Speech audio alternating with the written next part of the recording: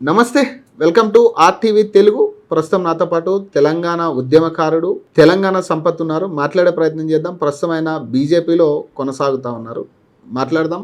ఇటీవల జరుగుతున్న అంశాల గురించి, ఆపరేషన్ సింధూర్ విషయం గురించి, అలాగే తెలంగాణ రాష్ట్రంలో కాంగ్రెస్ వచ్చిన తర్వాత నుంచి కూడా జరుగుతున్న పరిణామాలు, జరగబోయే పరిణామాలు, ఇవన్నీ కూడా మాట్లాడదాం. నమస్తే. నమస్తే. ప్రధానంగా అంటే తెలంగాణ రాష్ట్రంలో కాంగ్రెస్ పార్టీ వచ్చిన తర్వాత పరిణామాలు మారినాయా, అట్లనే ఉన్నాయా? తెలంగాణ రాష్ట్రంలో కొట్లాడి ఒక ఏళ్ళ విద్యార్థుల పోరాటంతోనే కానీ, సకల జనుల సబ్బండ వర్గాల పోరాటంతో కొట్లాడి సాధించుకున్న తెలంగాణ రాష్ట్రంలో కాంగ్రెస్ పార్టీ ప్రభుత్వం ఏర్పడ్డాక ఎక్కడేసిన గుంగడికి అక్కడనే కనబడుతుంది. ఎట్లా అంటే ఇలా తెలంగాణ రాష్ట్రంలో ఇలా స్వయాన ముఖ్యమంత్రి గారు 6 గ్యారెంటీల పేరు మీద చెప్పింది. ఆ 6 గ్యారెంటీలలో ఒక గ్యారెంటీ అమలు చేసి, ఏది మహిళలకు ఉచిత బస్సు పెట్టింది. ఆ బస్సు పెట్టైనా మహిళలు లబో దిబ్బ కొట్టుకునే సరిపోతుంది తప్ప తెలంగాణ రాష్ట్రంలో ఎక్కడ ఈ ప్రాంతం డెవలప్ అయింది, ఈ పల్లె డెవలప్ అయింది, ఈ మనిషి డెవలప్ అయిండు, ఈ గడ్డ అభివృద్ధి చెందింది, ఈ రైతులు అభివృద్ధి చెందిన అనే విషయం ఎక్కడ కనబడతలేదు కాంగ్రెస్ పార్టీ ప్రభుత్వంలో. నిజంగా తెలంగాణ రాష్ట్రంలో మార్పు అంటే బ్రహ్మాండమైన మార్పు వచ్చింది. ఇలా తెలంగాణ రాష్ట్రం నలుమూల ప్రాంతం పోతే, ఊర్లలో పోతుంటే రైతులు కళ్ళల్లో నీళ్లు తప్ప, వారి కళ్ళల్లో నీళ్లు తప్ప, దుఃఖం తప్ప ఇంకా ఏమి కనబడుతుంది. ఆ పరిస్థితి తీసుకొచ్చింది ఇలా తెలంగాణ రాష్ట్రంలో రేవంత్ రెడ్డి. కానీ ఉద్యోగాల భర్తీ విషయంలో మాట్లాడుతూ ఉన్నారు. ఈరోజు కాంగ్రెస్ పార్టీ వచ్చిన తర్వాత ఉద్యోగాల భర్తీ జరిగింది, కానీ లేదా డిఎస్సి విషయంలో కావచ్చు, లేదా గ్రూప్ 1, గ్రూప్ 2, గ్రూప్ 3 నోటిఫికేషన్ విషయంలో కావచ్చు, ఇవి మాట్లాడుతూ ఉన్నారు. కనీసం మోడీ గవర్నమెంట్ నుంచి మాకు ₹1 రాలేదని బహిరంగంగానే చెప్తా ఉన్నారు కాంగ్రెస్ పార్టీ నాయకులు కావచ్చు, లేదా బీఆర్ఎస్ పార్టీ నాయకులు కావచ్చు. ఇప్పటిదాకా 0 ఇచ్చింది రాష్ట్రానికి అనేది. మరి ఇదేం చెప్తారు దీనికి సంబంధించి? అంటే తెలంగాణ రాష్ట్రానికి మోడీ గారు ఏం చేయలేదని అంటారు. వాళ్ళు ఢిల్లీ పోయి వీళ్ళు దండాలు కాళ్ళు ఎందుకు పట్టుకుంటున్నారండి? ఢిల్లీ పోయి కాళ్ళ మీద ఎందుకు పడుతున్నారు? కాళ్ళ మీద బేరాలు ఎందుకు ఆడుతున్నాడు రేవంత్ రెడ్డి? ఢిల్లీలో సార్ నువ్వే నాకు దిక్కు అంటాడు. వీడికి రాగానే ఇలా మాటలు మాట్లాడుతూ, ఢిల్లీ పోగానే పిల్లి అవుతుండు, వీడికి రాగానే ఏదవుతాడా?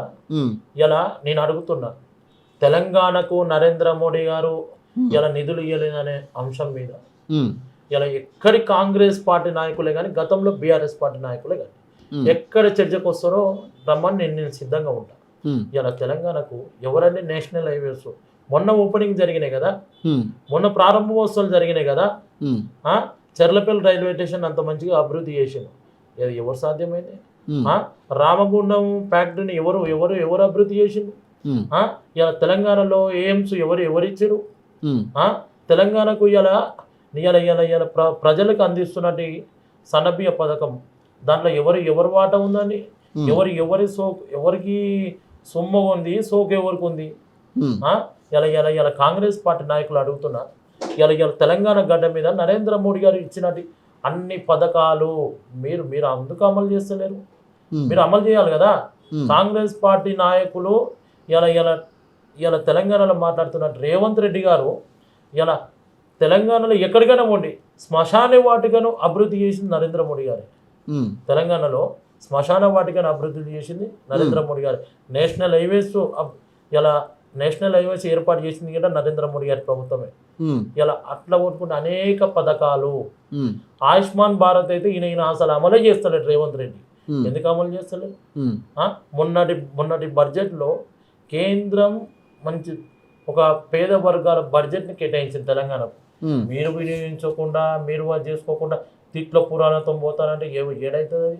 ఇలా కేంద్ర ప్రభుత్వం, కేంద్రంలో ఎవరున్నా సరే, రాష్ట్రంలో ఎవరున్నా సరే, ఈ 2 ప్రభుత్వాలు కలిస్తేనే ఈ దేశం అభివృద్ధి అవుతుంది, రాష్ట్రం అభివృద్ధి. కానీ అంటే రాష్ట్రంలో కలిసి ఉండాల్సిన ఈ 2 ప్రభుత్వాలే కొట్టుకునే పరిస్థితి ఉందా? అంటే కొంతమంది ఇప్పుడు బీఆర్ఎస్ నాయకులు ఏం చెప్తా ఉన్నారంటే, బీజేపీ కాంగ్రెస్ ఒకటే, ఎప్పటికైనా కూడా ఆ 2 కూడా పోటీలో ఉండవు, వాళ్ళిద్దరిలో ఎవరొకళ్ళు మ్యాచ్ ఫిక్సింగ్ చేసుకుని వాళ్ళ నాయకులు నిలబడడానికి వీళ్ళు కృషి చేస్తారు తప్పితే ప్రజల పరిపాలన వీళ్ళకి అవసరం లేదు అని చెప్తా ఉన్నారు. మీరేం చెప్తారు? బీజేపీ నాయకులకి ఏం చెప్పదలుచుకున్నారు? బీజేపీ కాంగ్రెస్ ఒకటే అన్న మూర్ఖులకు చెప్పు తీసుకుని కొట్టాల్సి వస్తుంది. ఈ దేశంలో ప్రధాన శత్రువే కాంగ్రెస్ పార్టీ, భారతీయ జనతా పార్టీకి. మేము ఎందుకు ఒకటైతామండి? మేము మాకు ఏం సంబంధం అని? ఇలా ఈ దేశాన్ని సర్వనాశనం చేసిందే కాంగ్రెస్ పార్టీ, ఈ రాష్ట్రాన్ని ఆగం చేసిందే కాంగ్రెస్ పార్టీ, గత 20 ఏళ్ల నుండి ఆగం పట్టించిందే కాంగ్రెస్ పార్టీ. ఆ పార్టీతో మేము దోస్తాన్ని చేస్తామా? బద్ధ శత్రువు కాంగ్రెస్ పార్టీ మాకు. ఉగ్రవాదాన్ని పెంపొందించే పార్టీ కాంగ్రెస్ పార్టీ. ఆ పార్టీతో మేము దోస్తాన్ని చేస్తామా? చెప్పినోనికి బుద్ధి లేదు, వినోనికి అది లేదు. కానీ అంటే వాస్తవంగా మొన్న ఎమ్మెల్సీ ఎన్నికల విషయంలో కూడా తీసుకుంటే ఉమ్మడి కరీంనగర్ జిల్లా విషయంలో కూడా కొమరయ్య గారు గెలిచిన తర్వాత బేసిక్గా కొమరయ్య గారిని గెలిపించాలనే కాంగ్రెస్ పార్టీ అక్కడ ఓడిపోయింది అనే ఒక సంకేతం వచ్చింది. మీరేం చెప్తారు దీనికి సంబంధించి? కొమరయ్య గారిని గెలిపించాలనేది కాంగ్రెస్ పార్టీ కోరుకోలేదు. కొమరయ్య గారిని ఓడగొట్టడానికి కాంగ్రెస్ పార్టీ నాయకులు కృషి చేసినారు. ఇలా ఎవరెవరికి వాళ్ళు సపోర్ట్ చేశారు అనేది కూడా మీకు తెలిసిన విషయం, మాకు తెలిసిన విషయం. కానీ అక్కడ మార్పు వచ్చింది. ఎస్, కాంగ్రెస్ పార్టీ ఇలా మొన్న జరిగిన ఎమ్మెల్సీ ఎన్నికలలో అర్థమైపోయింది, అరే వీళ్ళతో చేత కాదు పాలన, అంటే పరిపాలన చేత కాదని మొన్న అర్థం చేసుకొని కొమరయ్య గారిని అటు అంజిరెడ్డి గారిని గెలిపించారు ప్రజలు. కానీ నువ్వు దాంతో కాంగ్రెస్ పార్టీ సపోర్ట్ చేసిందని ఎట్లా అనుకుంటావు? వాళ్ళు ఎవరికి చేసిరు అనేది అందరికి తెలుసు. అందరికి తెలిసిన విషయం, కుండ బద్దలు కొట్టిన విషయమే అది. ఇలా కాంగ్రెస్ పార్టీ ఆడ సమస్య లేదు, మాకు సపోర్ట్ చేయాల్సిన విషయంలో సమస్య లేదు. కానీ కాంగ్రెస్ పార్టీ ఎప్పటికైనా తెలంగాణకు పట్టిన శనే, గుర్తుపెట్టుకోండి, తెలంగాణకు పట్టిన శనే. మంచుకో తెలంగాణలో అభివృద్ధి చెందాలంటే నరేంద్ర మోడీ గారు రావాలి. కానీ వచ్చే ఛాన్స్ కనపడట్లేదు కదా. నరేంద్ర మోడీ గారు గతం నుంచి చెప్తా ఉన్నారు, లాస్ట్ 10 సంవత్సరాల నుంచి మీరు కొట్లాడుతూ ఉన్నారు బీజేపీ తరపు నుంచి ఇక్కడ గెలవాలని. కనీసం తెలంగాణ రాష్ట్రంలో కనీసం కొన్ని సీట్లు కూడా పరిమితం కాని పరిస్థితి గతంలో కనపడింది. ఇప్పుడు కనీసం ఎంపీ సీట్లు ఇస్తే బడ్జెట్ రాని పరిస్థితి. మరి ఏం చెప్తారు దీనికి? ఎవరు చెప్పారు బడ్జెట్ రాదని?